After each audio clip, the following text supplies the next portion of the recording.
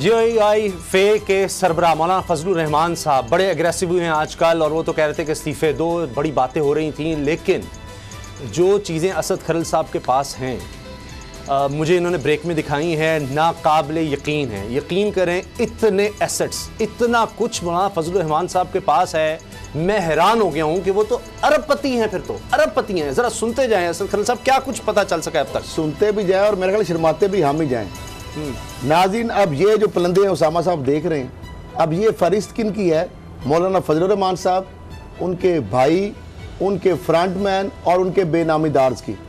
ये सिर्फ असासों की मैं तफसीलात अगर आपको बताऊं ना, इसके लिए 4-5 प्रोग्राम चाहिए। लेकिन अगर शॉर्टली मैं पढ़ देता हूँ, शॉर्टली अगर आप इजाजत दें प्लीज जल्दी। और ये मैंने खुद नहीं बनाई, ये एग्जिस्ट करती हैं। मौलाना साहब अगर कहें, उनके तर्जमान कहें, इसको चैलेंज कर लें जो हम चीज़ दिखा रहे हैं। और उनको हमने टीम को भी कहा, इनसे रब्ता भी किया जाए, दोबारा भी हम हाजिर हैं ताकि वो पॉइंट ऑफ व्यू देना चाहें तो वो दे सके। तो मौलाना साहब अभी शोर जो घेरा उनके तांग और शोर मचा रहे थे, उसकी असल वजह मेरे सामने आ गई है कि वो क्यों तिलमिला रहे थे। क्योंकि चेयरमैन नैब ने जब उनके खिलाफ इंक्वायरी अथोराइज की, उसके अंदर इल्जामात क्या हैं, ये नैब के अंदर जो मामला प्रोब हो रहा है, इल्जामात क्या आ रहे हैं, सुनता जा और शर्माता जा, हम खुद शर्मा जाए मेरा ख्याल है।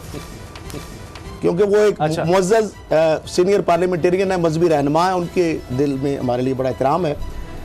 अब ये है जी उनके बंगलो, अब मैं तफसील से पढ़ता जा रहा हूँ जितनी अब जल्दी हो सके। बंगलो फॉर हिज ब्रदर, उनके भाई का जी बन्नू रोड पे एक बंगला है, मैं उर्दू में करके उसको आराम नाजरीन के लिए।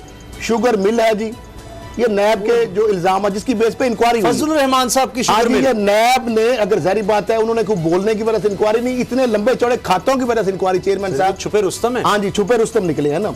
300 कनाल एग्रीकल्चर लैंड है। उनके ऊपर इल्जाम है कि ट्रांसफर एग्रीकल्चर लैंड उन्होंने जो Mauza Ratta Karachi owned by government in his own name, उनके नारी जमीन अपने नाम का। हाँ जी, मैं उर्दू में ताकि नाजरीन की आसानी के लिए। एक घर है जी अब्दुल खेल, पहाड़पुर, DI खान वर्थ है उसकी, अब पता नहीं आगे वो मुख्तलिफ डिजिटल लिखे हुए हैं। एक हाउस है शोरकोट में, tehsil and district DI Khan, उसकी वर्थ भी आगे लिखी हुई है।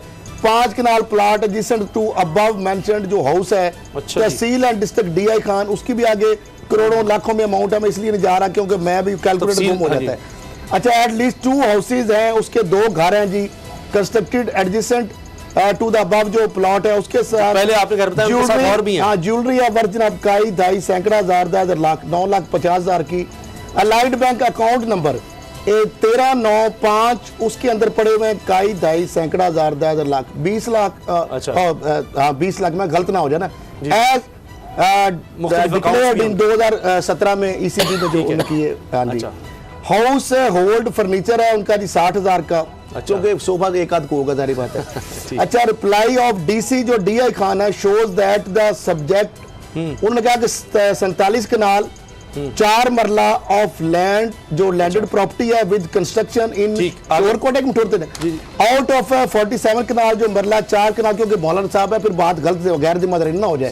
मैं चला करके पता नहीं सैकड़ों घेर मुकीम कॉलोनी है 32 कनाल आगे, फिर अप्रोक्सीमेट मेंशन्ड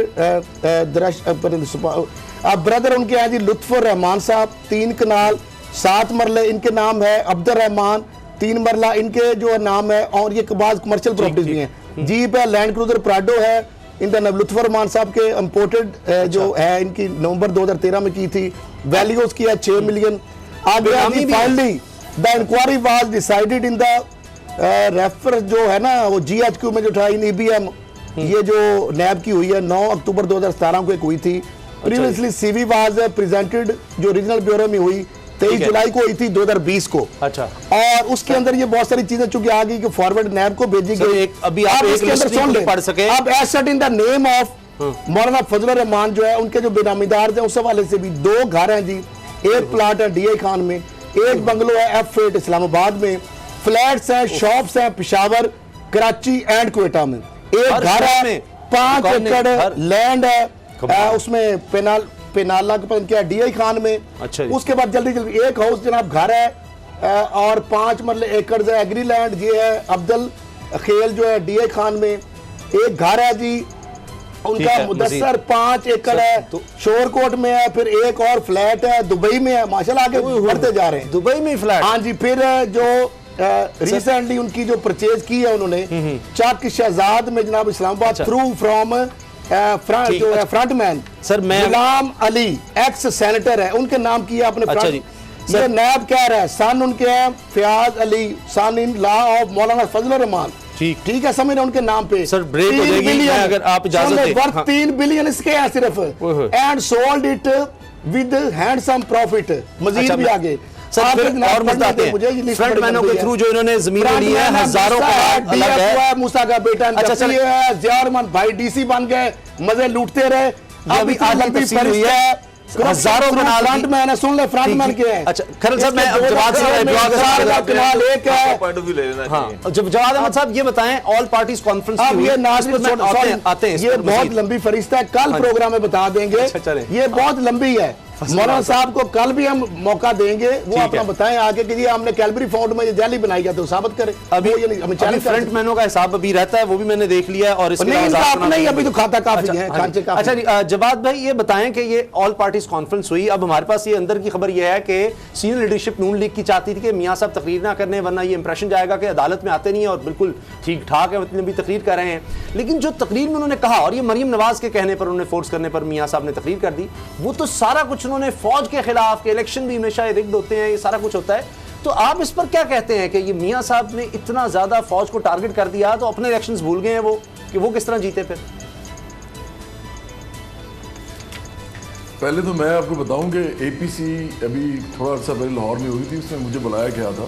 अच्छा बराबरी पार्टी को मैंने रिप्रेजेंट किया था और मैंने वहां जाके सारी एलीट के खिलाफ तकरीर कर दी और मैंने कहा जी ये सारे सरमायादार जागीरदार माफियाज हैं ये एलीट वर्सेस एलीट है तो आम लोगों का तो सियासत में कोई दखल ही नहीं है उनको तो बिल्कुल वो कहते हैं ना पंजाबी में खुड्डे लाइन लगाया हुआ है। तो मैंने कहा इसलिए ये तो अजीब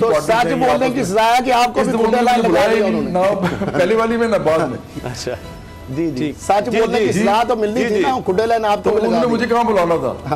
सही तो हाँ अब दूसरी बात क्या है अब दूसरी बात यह है कि देखें आपने जो बात की है हम हमारे पार्टी का मौक़िफ़ ये है कि फ़ौज जो है हम उसकी बहुत इज़्ज़त करते हैं। मैंने तो फ़ौज को बहुत ही प्यार किया ज़िंदगी में लेकिन हमारा प्रिंसिपल मौक़िफ़ ये है कि उनको पॉलिटिक्स में दखल नहीं देना चाहिए। ये तो एक देखें डेमोक्रेटिक कोई भी आदमी ये कहेगा। लेकिन अब आप मुझे एक बात बताएं कि ये जो लोग हैं सारे जुल्फ़िकार अली भुट्टो से आप स्टार्ट करें अयूब खान के साथ उनके जो ताल्लुकात थे उसके बाद आप आए नवाज शरीफ उनके जो ज़ियाउल्लाह के साथ ताल्लुकात थे उसके बाद आज आप सारी पॉलिटिकल लीड अपनी देखें सबके पास या तो वो खुद या उनके इर्द के जितने लोग हैं वो या तो करप्शन करते हैं या कानूनी गैर कानूनी तरीके से पैसे बनाते हैं अरबों खरबों रुपया उनके बहन भाई भी बनाते हैं। आपने भी बताया आपके तो यहाँ पे तमाम बड़े बड़े वजीर आज़म आज तक के जितने भी हुए हैं और जो सदर हैं वो सारे अरबपति खरबपति लोग हैं। मुझे सिर्फ ये बताएं कि क्या फौज जो है वो नहीं देख रही वो भी देख रही है कि क्या हो रहा है इस मुल्क के अंदर तो वो एक स्टेक होल्डर बन चुकी हुई है। अगर कोई फौज को नजर आए कि कोई ऐसे लोग हैं जो कि आम लोग हैं पैसा कमाने नहीं आए खिदमत करने आए हैं और आम लोगों में से उठे हैं तो फिर फौज को भी देखना पड़ेगा यार इनको हम क्या कहें। मसला ये है कि ये तो खुद इनके सबके हाथ रंगे हुए हैं। इसलिए मैं नहीं समझता कि आप सिर्फ फौज पे सारा कुछ डाल के इस मुल्क की पॉलिटिक्स पे तबसरा कर सकते हैं। आपको पता है कि पॉलिटिकल एलीट जो है 1951 में मसूद खदरपोश ने अपनी किताब लिखी थी नोट ऑफ डिसेंट। उन्होंने लिखा कि 1951 के अंदर जो सिंध की असेंबली थी उसमें 90% जागीरदार थे और 1953 में जो पंजाब की असेंबली थी उसमें 80% जागीरदार थे। तो जनाब ये तो इस मुल्क को स्टार्ट ही ऐसे इसकी पॉलिटिकल प्रोसेस हुआ इसमें तो आम आदमी की गुंजाइश ही कोई नहीं थी। लेकिन होते हैं तो स्टेक होल्डर्स और भी आते हैं। आप सजेस्ट कर दें कि फौज क्या करे इस सूरत में। एक तरफ सिविलियन सुपरमेसी की बात की जाती है सिविलियन बालादस्ती की बात की जाती है जमहूरियत की बात की फौज क्या करे उसका जो रोल क्या है क्या कर सकती है फौज इस सिस्टम के अंदर रह के। इस सिस्टम में जो चल रहा है जो फॉर द एलीट है बाय द एलीट है और ऑफ द एलीट है इसके अंदर तो फौज जो करी है वो वही करेगी। तो ऐसे आप इसका रोल अभी खत्म कर सकते हैं। अच्छा बाबर साहब डिसइंटीग्रेट हो जाएगा अदरवाइज। मैं आपको बताऊं कि ये इंटीग्रेशन का फैक्टर है फौज जो है सब पाकिस्तान के अंदर। लेकिन अगर कोई अवामी पार्टी उभरती है तो डेफिनेटली इनको भी ख्याल आएगा कि चलें अब बेहतर लोग आ गए हैं, ये लोग हैं जो अवाम में जाके मोहल्लों में जाके लोगों को लीडरशिप दे रहे हैं। ताकत से आना, फौज क्या कर सकती है आपकी पार्टी को अपलिफ्ट करना है। अच्छा, तो वो तो वोट बैंक से आना है ना, फौज तो नहीं आपको ला सकती। मैं